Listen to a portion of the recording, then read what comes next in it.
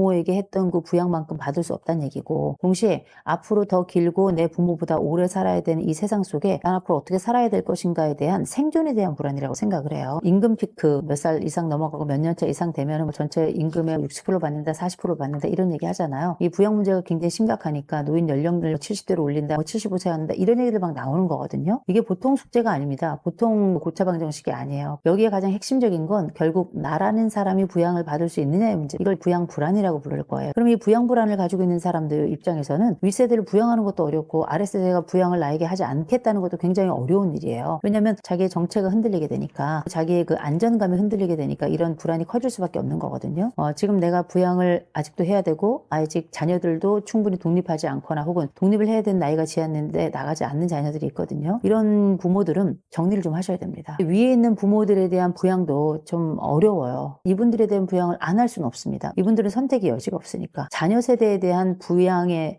지금도 자녀 부양을 하고 있잖아요. 자녀 부양에 대한 경계를 정하는 게 이 수밖에 없어요. 더 이상 능력이 없는 부모들에 대한 부양을 멈춘다는 건 이건 노인 학대에 들어갑니다. 최소한의 부양 우리가 해야 되는 거거든요. 이분들이 적어도 식사는 하시는지, 약은 드시는지, 주거 환경은 괜찮은지 이런 것들은 좀 살펴야 되는 거예요. 어쩔 수 없습니다. 이거는 싫어도 해야 되는 일이에요. 근데 자녀들에 대한 부양은 좀 다른 문제예요. 경계를 좀 정하셔야 됩니다. 몇 살 되면은 집에서 나가야 돼요.